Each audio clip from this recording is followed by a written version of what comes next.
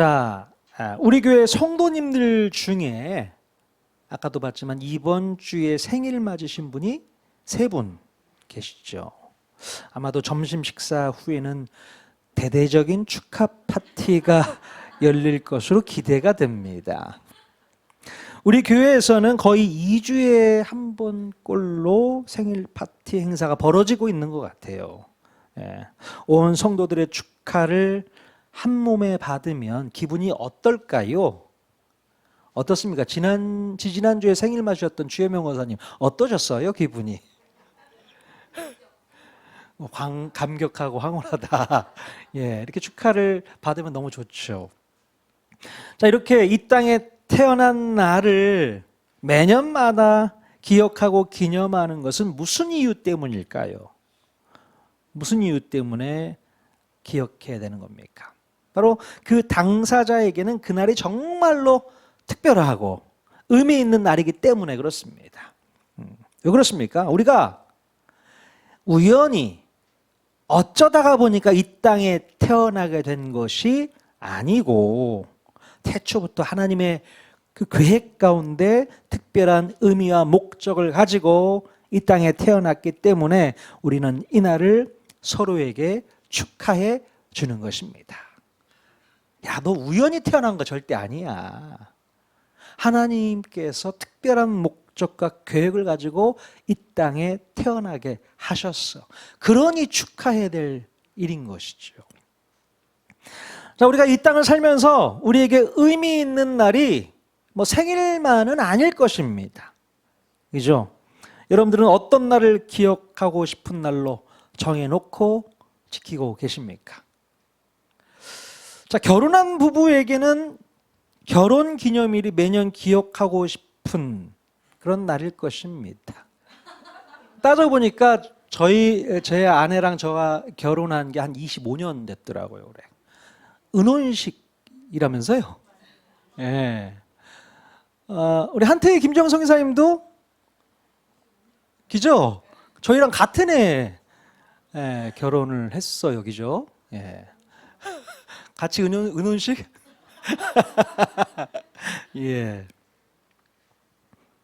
자, 이 결혼 기념일도 우리가 기념할 수 있는 그런 날인 것 같습니다. 자, 이렇게 기억하고 싶은 즐거운 날도 있지만 어떤 날은 기억하고 싶지는 않지만 매년 기억해야 될 그런 슬픈 날도 있죠. 사랑했던 사람과의 이별이 있었던 날, 그런 날들도 있습니다. 자, 그런데 다른 날은 기억하지 못해도 이날만큼은 꼭 기억해야 할 날이 있습니다. 언제일까? 바로 우리가 죄로부터 구원받아서 하나님의 자녀가 된 날입니다. 우리가 구원받은 날은 그 어떤 날보다도 가장 특별하고 가장 의미 있고 가장 중요한 날인 줄로 믿습니다. 그래서 우리는 이 날을 반드시 기억해야 합니다. 여러분, 예수님의 영이신 성령님께서 나와 함께 영원히 사시겠다고 나의 마음 가운데로 들어오신 날이기 때문에 중요한 거예요. 그렇죠? 내 안에 성령님이 오신 날이기 때문에 그렇습니다. 우리가 예수 그리스도를 내 인생의 구세주와 주님으로 인정하고 받아들이는 그 순간 성령님께서 우리 안에 들어오셔서 영원히 함께 하시게 된 이 사건은요, 그 어떤 날보다도 특별하고 의미 있고 중요해서 반드시 기억해야 될 날입니다. 자, 여러분은 언제, 어떻게 예수님을 구세주와 주님으로 영접하셨습니까? 기억나십니까? 그날? 자, 설마 내가 언제 예수님을 처음 영접했는지 기억나지 않는 분들 혹시 계십니까? 만약에 그날이 기억나지 않는 분이 있다면 그분은 어쩌면 그날이 주는 의미와 중요성을 전혀 모르고 있거나 어쩌면 아직도 영적인 구원을 받지 못한 분일 확률이 높습니다. 그날은 꼭 기억해야 되는 날이죠. 자, 그러므로 오늘 우리는 구약의 유월절 이야기를 통해서 오늘 우리가 구원받은 날이 왜 특별한 날이고 왜 중요한 날인지를 확인해 볼 수 있도록 하겠습니다. 그래서 다시금 우리가 얻은 영적인 구원에 대해서 깊게 생각하는 시간이 되기를 바랍니다. 저도 구원받은 날이 있지 않을까요? 예수님을 영접한 날. 언제냐면요, 중학교 1학년 여름 캠프 때 캠프에 가서 목사님의 말씀을 듣고 예수님을 처음 영접하게 되었습니다. 근데 침례식은 그 전에 받았어요. 거꾸로 됐죠. 예수 믿고 구원받은 사람이 침례를 받아야 되는데 먼저 침례를 받고 영접은 나중에 하게 됩니다. 그런 일도 있었단 얘기예요. 그러면서 그때부터 제 마음 가운데 성령님이 들어와서 저를 지금까지 인도하셨다는 거죠. 그래서 저는 그날을 기억 안 할 수가 없습니다. 예수님을 믿겠다고 자진해서 손들고 내 마음 가운데 들어와 달라고 요청했던 그날. 여러분도 반드시 그날이 분명히 있으셔야 됩니다. 그럼 생일이 없는 날은 없지 않습니까? 영적으로 구원받는 날이 없는 분은 아무도 없습니다. 근데 그날이 없다면 이 자리에는 왜 와 있는 거예요? 반드시 그런 날이 있어야 되는 것이죠. 자, 오늘도 우리는 구약의 유월절 절기에 대한 내용이 담긴 찬양을 선곡해서 불렀는데요. 도대체 유월절은 어떤 의미가 있는 날이기에 이 구약 시대에는 그렇게 중요하게 여겼던 것일까? 자, 유월절이라는 말은 한자로 어떻게 씁니까? 넘을 유, 넘을 월. 그러니까 넘어갔다는 뜻이에요. 넘어갔다. 자, 여호와 하나님께서 심판을 대행하는 죽음의 천사를 통해서 애굽의 모든 초태생들을 죽이시던 그날 밤에 어린 양의 피를 바른 집은 그냥 넘어갔다라고 해서 유월절이란 이름이 붙여지게 된 것입니다. 예. 여러분, 하나님께서 이스라엘 백성들에게 유월절을 주신 것은 단회적인 이벤트로 끝난 것이 아니라 후손 대대로 기념해야 될 규례로 주신 것입니다. 매년마다 그 시기가 오면 유월절 규례대로 지키라고 주신 거예요. 자, 그만큼 유월절이 의미하는 내용이 너무나도 중요하고 특별한 사건이기 때문에 예수님께서 오시기까지 1500년의 기간 동안 매년 기념하여 지켜왔던 것이죠. 자, 그렇다면 하나님께서는 이스라엘 백성들에게 유월절 절기를 어떻게 지키라고 하셨는지 지금부터 한번 살펴보도록 하겠습니다. 이스라엘 백성들은 유월절을 어떻게 처음 지키게 되었나? 자, 하나님께서는 애굽 땅에 마지막 10번째 재앙을 내리시기 전에 이스라엘 백성들에게도 특별한 준비를 하도록 명령을 하셨습니다. 자, 출애굽기 12장 2절에 보면 이런 말씀이 있어요. 이 달을 너희에게 달의 시작, 곧 해의 첫 달이 되게 하고라고 말씀하고 있습니다. 자, 이제 출애굽을 하게 되는 바로 그 달을 한 해의 정월로 삼으라고 말씀하셨던 겁니다. 예, 신년이라는 얘기죠. 왜냐하면 애굽의 노예로부터 벗어나서 하나님의 선민으로서 새롭게 출발하는 시작점으로서 정월로 삼으셨던 것입니다. 자, 이때는 태양력으로 보면 한 3월 내지 4월 정도 됩니다. 예. 자, 그리고 이제 유월절 규례를 자세히 설명해 주시게 되는데요. 우리가 출애굽기 12장 3절 말씀 같이 한번 읽어보도록 하겠습니다. 시작. 너희는 이스라엘 온 회중에게 말하여 이르라. 이달 열흘에 너희 각자가 어린 양을 잡을지니 각 가족대로 그 식구를 위하여 어린 양을 취하되. 자, 이스라엘 백성들이 맞이하게 된 신년 첫 달을 아빕월이라고 부르게 되는데요. 이 아빕월 10일, 10일에 각 가정에서 기르던 어린 양 한 마리를 골라놓으라는 거예요. 자, 만약에 식구가 인원이 적으면 옆집 식구들과 함께 어린 양을 공유할 수 있게 또 하셨습니다. 이렇게 유월절 제물로서 어린 양을 제정해 주셨던 거예요. 하지만 이 어린 양은 5절에 기록된 대로 흠이 없는 1년 된 수컷으로 해야 하고 양이 없으면 염소로도 대체가 가능하도록 하셨습니다. 이렇게 어린 양을 골라 놓으면 4일 동안 잘 데리고 있다가 아비벌 14일 저녁에 양을 잡아서 피를 뽑고 그 피를 집 좌우 문설주와 임방에 바르도록 했습니다.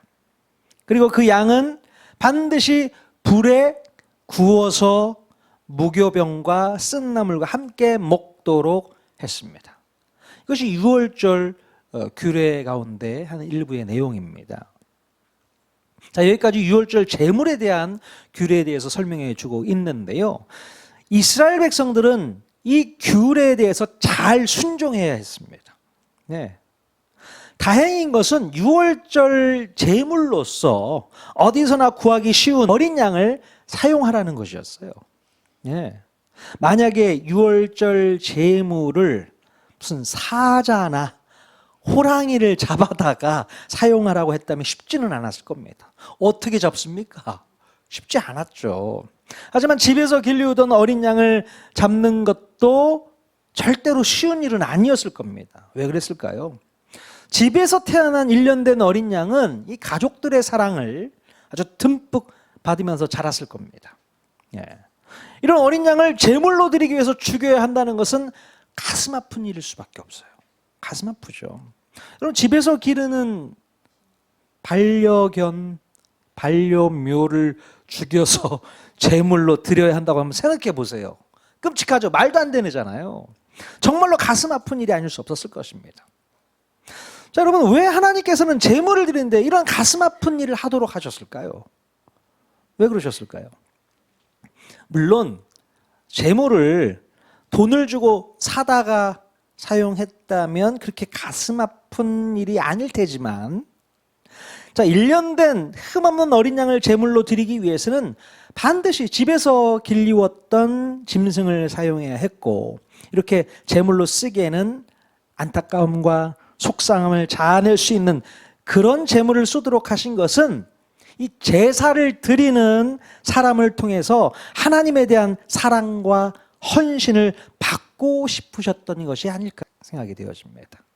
그러니까 제사를 드리는 사람이 아무 생각 없이 제사를 드리는 것이 아니라 거기에 하나님에 대한 사랑과 헌신이 깃들어야 된다는 것이죠.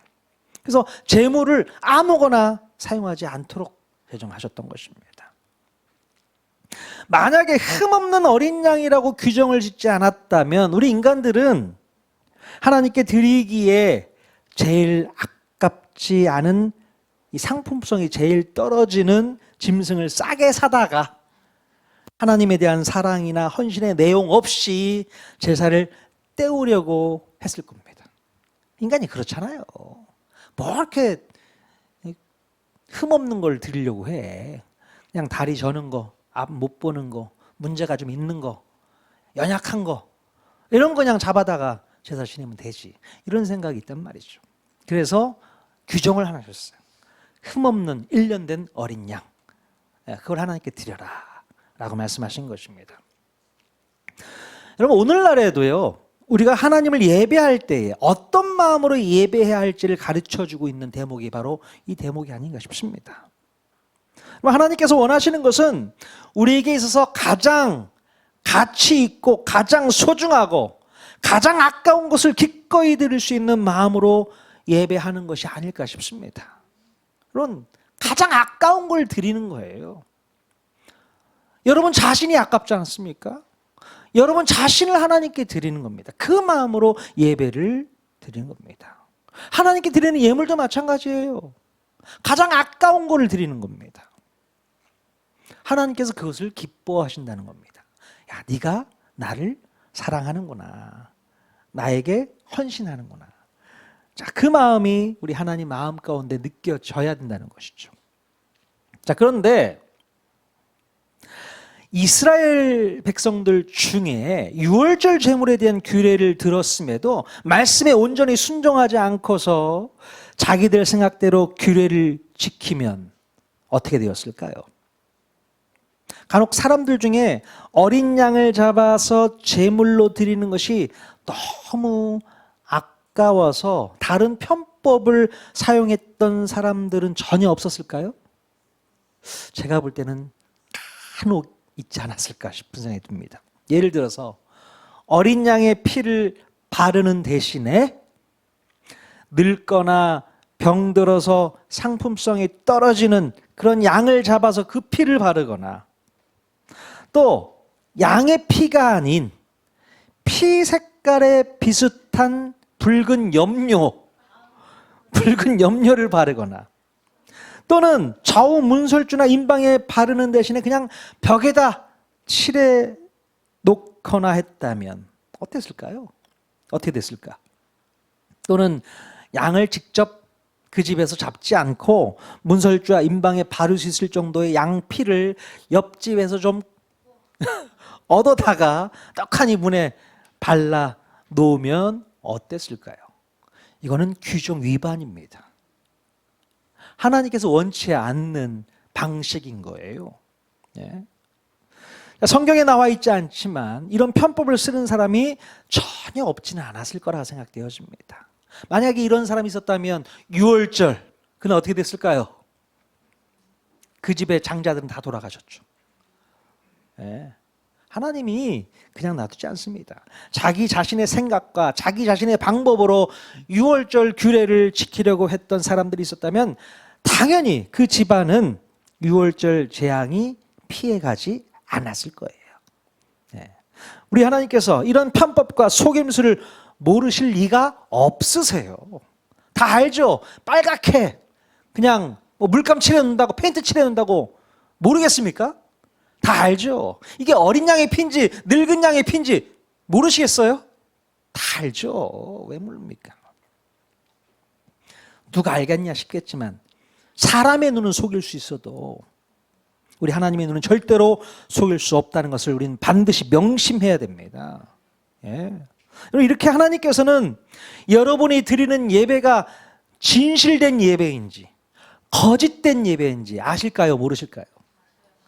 다 아십니다. 똑같이 와서 앉아서 예배를 드리고 찬양을 해도 다 거룩한 모습인 것처럼 보이지만 마음속을 보고 계신 분은 하나님이시잖아요. 진정으로 하나님 앞에 내 마음을 헌신해서 드리는 그런 예배자인지, 아니면 지금도 딴 생각하고 있는 그런 잘못된 예배자인지 주님께서 이미 판단하고 계십니다. 그러니 진정한 예배자의 예배를 받으시는 전능하신 하나님인 것을 꼭 기억할 수 있기를 바랍니다. 여러분이 드리는 예배 주님께서 받으셔야죠. 이 자리까지 오셨는데 여러분이 드리는 예배를 주님이 받지 않으신다면 그것처럼 억울할 때가 어디 있겠습니까? 여러분이 드린 예배 다 받으실 수 있기를 원합니다. 자, 하나님께서는 계속해서 유월절 규례에 대해서 설명해 주고 계시는데요. 출애굽기 12장 15절부터는요. 갑자기 무교절에 대한 규례가 나옵니다. 자, 유월절은 14일, 아비볼 14일 하루이고요. 무교절은 15일, 그러니까 14일 다음 날이죠. 15일부터 21일까지 7일 동안 지키도록 명하셨습니다. 자, 그러므로 유월절과 무교절이 함께 붙어 있는 절기라고 생각하시면 됩니다. 같이 묶어서 생각해야 될 절기가 유월절과 무교절이다, 이렇게 생각하시면 되는 거예요. 자, 이제 다음 주에는 실제로 유월절 재앙이 찾아오게 되는 이야기를 우리가 그때 살펴보게 될 텐데요. 유월절 당일 저녁과 그 이후 7일 동안에는 누룩을 넣지 않은 빵을 먹도록 했습니다. 그러니까 무교병을 먹여야 돼요. 무교병. 그러니까 무교절에는 뭘 먹어야 된다? 무교병. 원래 한자로 보니까요, 무효병입니다. 효모할 때, 누룩할 때 효자를 쓰는데요. 성경에서는 교자로 읽을 수 있도록 발음하도록 이렇게 되어 있습니다. 그래서 무교절에는 무교병. 그럼 무교병의 반대는 유교병이겠죠. 예, 가끔 유교병도 성경에 나오니까 알고 계시면 좋을 것 같아요.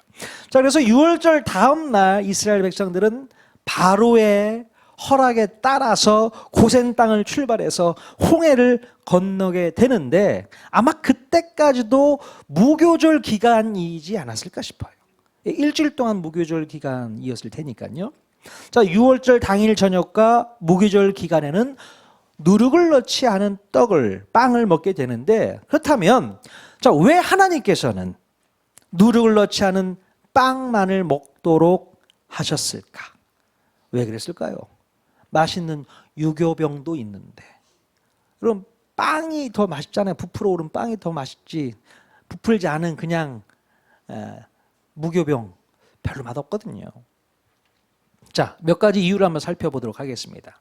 첫 번째, 누룩을 넣지 않은 무교병을 먹게 한 이유는 바로 신속한 애굽 탈출을 기억하도록 하기 위해서 무교병을 먹게 하셨다는 겁니다. 매년마다 6월절 무교절이 되면 무교병을 먹게 하신 이유가 바로 여기에 있습니다. 자, 출애굽기 12장 39절 말씀 같이 한번 읽어보도록 하겠습니다. 시작. 그들이 애굽으로부터 가지고 나온 발교되지 못한 반죽으로 무교병을 구웠으니 이는 그들이 애굽에서 쫓겨남으로 지체할 수 없었음이며 아무 양식도 준비하지 못하였음이었더라. 네. 자, 여기서 무교병이 상징하는 것은요, 누룩에 의해서 부풀릴 시간조차 없이 급하게 떠나야 했던 이 출애굽의 긴박한 상황을 상징적으로 말해주고 있는 것입니다.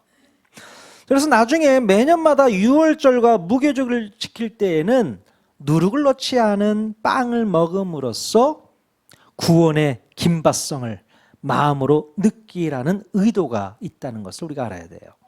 그럼 하나님의 구원의 때가 오기까지는요, 무척 더딘 것 같지만 일단 하나님의 구원 사역이 시작이 되면 더 이상 기다려주지 않고 멈추지 않고 속히 진행이 된다는 사실입니다.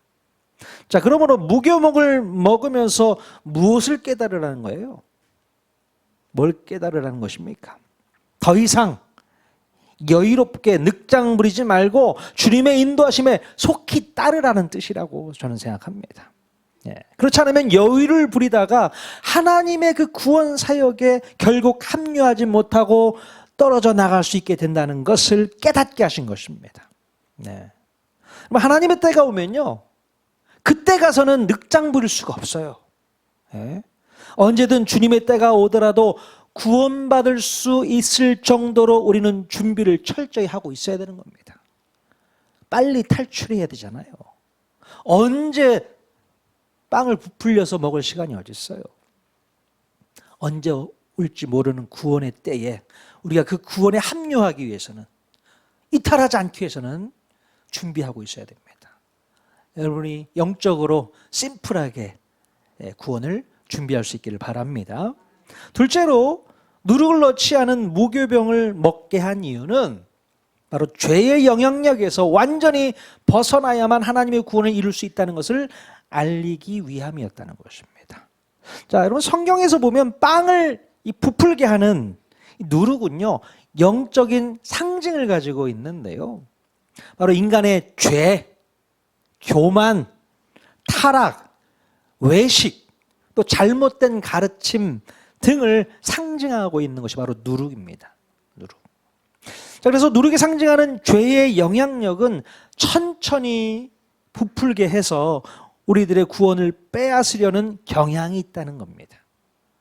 그래서 반면에 누룩이 제거된 무교병은요, 죄가 없는 순결한 상태, 또 정결한 삶을 상징하고 있다는 것이죠. 자, 그러므로 매년 무교절에 무교병을 먹으면서 무엇을 깨달으라는 것일까요? 뭘 깨달으라는 겁니까?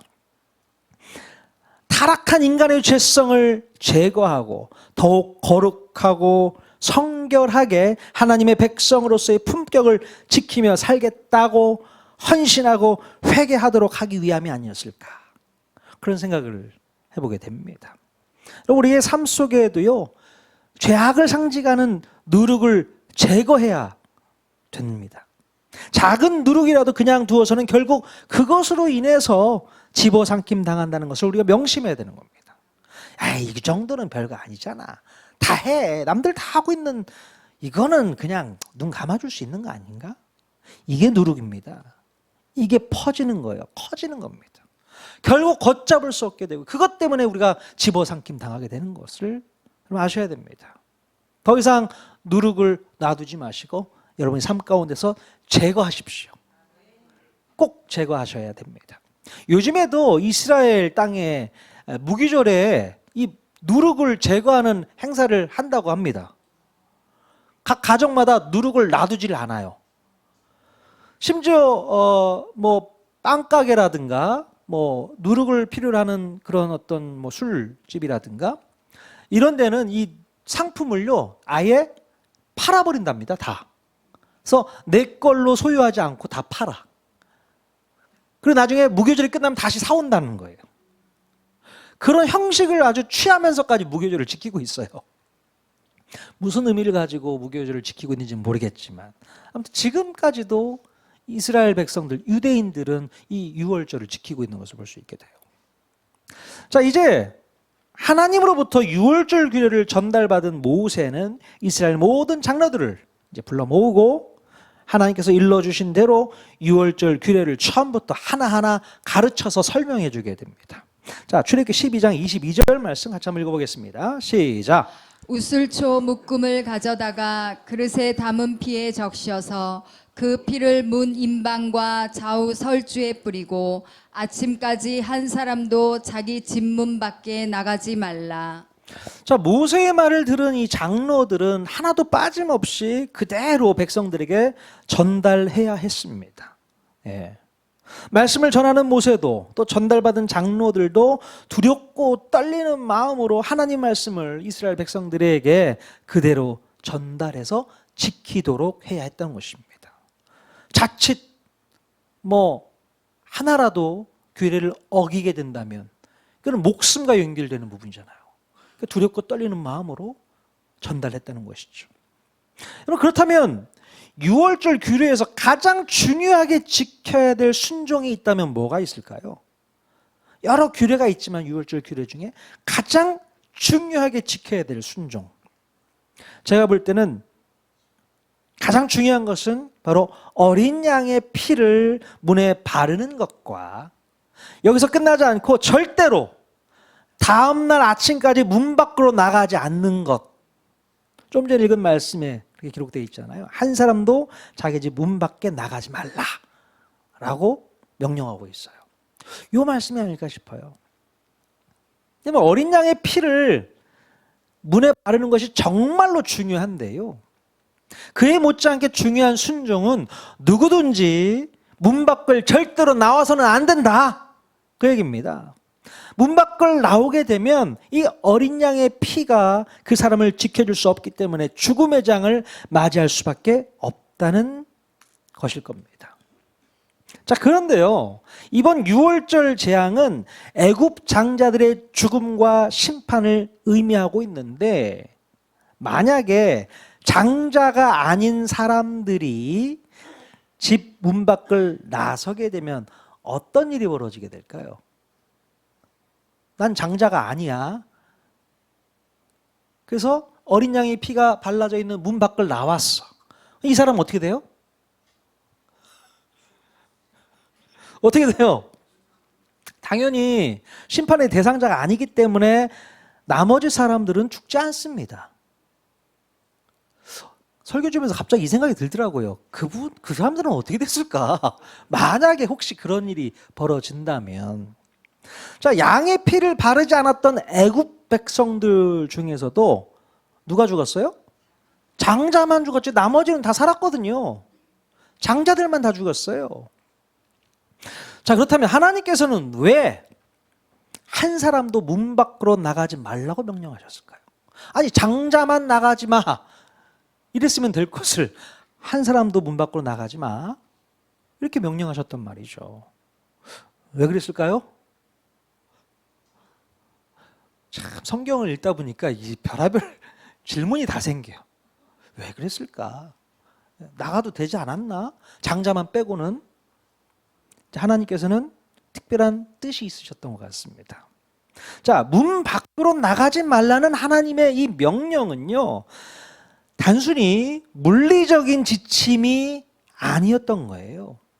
문 밖으로만 나간다, 나가지 말라 그 얘기가 아니라 장차 이제 출애굽을 해서 이제 시내산에서 뭘 하게 돼요?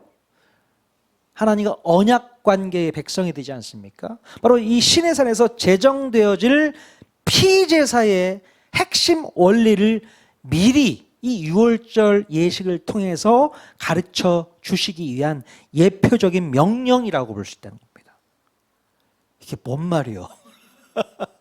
자, 한번 생각해 보십시오. 즉, 양을 잡아서 피를 바르고 그 안에 머물러 있어야만 죽음을 면할 수 있는 이 구조는 바로 나중에 성막과 또 성전 제사에서 속죄와 관련된 제사와 유사하기 때문에 이스라엘 백성을 모두에게 미리 경험하도록 하게 하신 겁니다.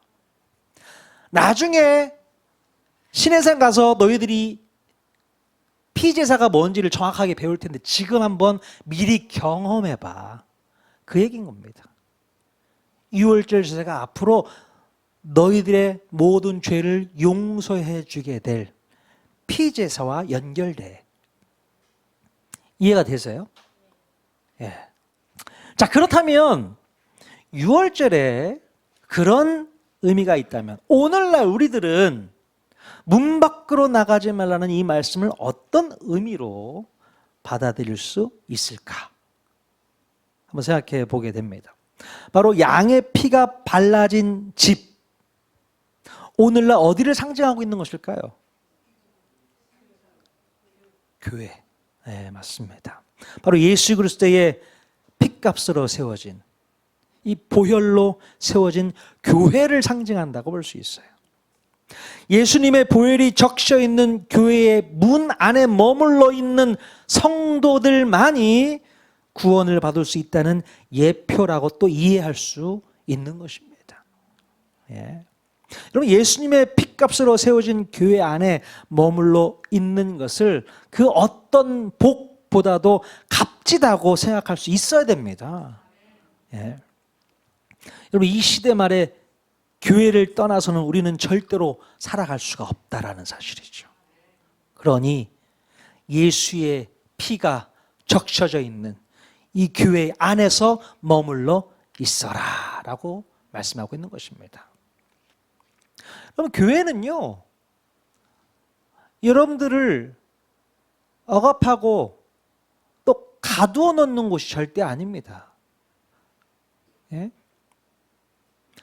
이 교회는 여러분들을 안전하게 지켜주는 공간이라고 생각하시면 돼요. 믿음과 신앙을 지켜줄 수 있는 공간이죠. 악한 사단의 공격으로부터 방어해 줄 수 있는 교회가 바로 이곳인 줄로 믿습니다. 그러니 피 적셔진 이 교회를 떠나서는 살아갈 수가 없는 거죠. 절대로 떠나서는 안 됩니다. 떠나지 마십시오. 네. 자, 마지막으로 오늘 읽은 본문 26절에 보면 이후에 이스라엘 백성들의 어린 자녀들이 이 예식이 무슨 뜻이냐고 묻게 되면 어떻게 해야 된다고 했습니까? 자, 24절 말씀 같이 한번 읽어볼까요? 시작. 너희는 이 일을 규례로 삼아 너희와 너희 자손이 영원히 지킬 것이니. 자, 유월절의 뜻이 뭔지를 설명하고 자손 대대로 영원히 지키고 기념하라고 말씀하고 있어요. 자, 그러면 이 유월절은 언제까지 지켜야 되는 겁니까? 언제까지 지켜야 돼요? 예. 바로 유월절 그림자의 실체로 오신 예수님께서 오시기 전까지는 지켜야 된다는 겁니다. 그게 1500년의 기간이었어요. 예. 자, 그러나 예수님이 이제 오신 이후에는 예수님께서 새롭게 제정해 주신 새로운 유월절 만찬 의식, 뭡니까? 주의 만찬이죠. 주의 만찬을 지키면서 주님이 다시 재림하여 이 땅에 오실 때까지 영원히 기념해야 된다라고 말씀하고 있습니다. 그러니까 유월절, 1500년의 유월절을 우리 예수님께서 십자가에 달려 죽으시기 전날 밤에 주의 만찬으로 바꾸셨다는 거죠. 자, 고린도전서 11장 25절에서 26절 성경 있으신 분들 한번 찾아서 같이 한번 읽어보도록 하겠습니다. 시작. 이 잔은 내 피로 세운 새 언약이니 이것을 행하여 마실 때마다 나를 기념하라 하셨으니 너희가 이 떡을 먹으며 이 잔을 마실 때마다 주의 죽으심을 그가 오실 때까지 전하는 것이니라. 아멘. 네. 하나님께서 이스라엘 백성들에게 유월절을 영원히 지키라고 말씀을 하셨고, 예수님께서는 주님이 다시 오실 때까지 주의 만찬을 통해서 주님을 기념하라고 말씀하셨다는 거예요. 그럼 이 말씀의 맥락에 의미하는 것이 무슨 뜻일까요? 자, 이것은 바로 우리가 영적으로 구원받은 사건을 절대로 잊지 말아라, 그 얘기입니다. 예. 우리가 늘 기억하며 살아야 될 것이 바로 뭐냐? 네가 영적으로 구원받은 이 사건 하찮게 여기지 말라는 거죠. 매우 중요하게 여겨야 된다, 그렇게 얘기를 하고 계신 겁니다. 우리가 받은 이 구원은 너무나도 중요하고 특별한 날이기 때문에 그렇습니다. 우리의 생일을 기억하고 축하하는 것보다도 우리가 구원받은 날을 기념하고 기억하는 것이 더 중요하고 의미 있는 것임을 깨달아야 한다는 것이죠. 정말 그렇습니다. 우리 주변에 이단 교회에서는요, 한 이단 교회에서는 유월절을 그렇게 지킨다고 자부하면서 떠들고 있어요. 여러분, 유월절 지키는 게 맞습니까? 잘 모르고 하는 소리잖아요. 그런데 자기네들은 유월절 지킨대. 니들 안 지키는 교회는 다 가짜래.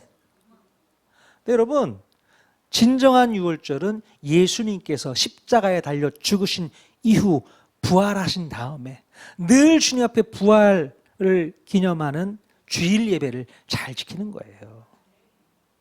그게 바뀌었습니다. 이제 주님이 오시기 전까지, 재림하시기 전까지 우리가 주의 만찬을 하면서 주님의 일을 기억하면서 내가 구원받은 이 사건들을 늘 기억하고 살아가는 것, 영원히 지켜야 될, 기념해야 될 놀라운 사건인 줄로 믿습니다.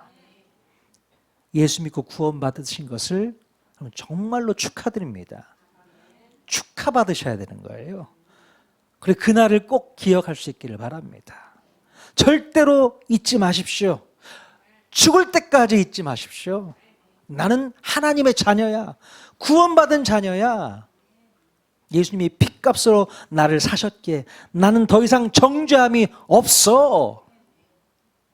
오늘 찬양에 나왔던 가사대로 그 믿음으로 여러분 승리하며 살아갈 수 있기를 원합니다. 하나님께서 이 땅에 예수님으로 재림에 오실 그날까지 우리 이 믿음 가지고 승리하며 살아가야 될 줄로 믿습니다. 이번 한 주도 그 믿음 가지고 살아가는 저와 여러분 모두가 다 될 수 있기를 주님의 이름으로 간절히 축원드립니다. 아멘.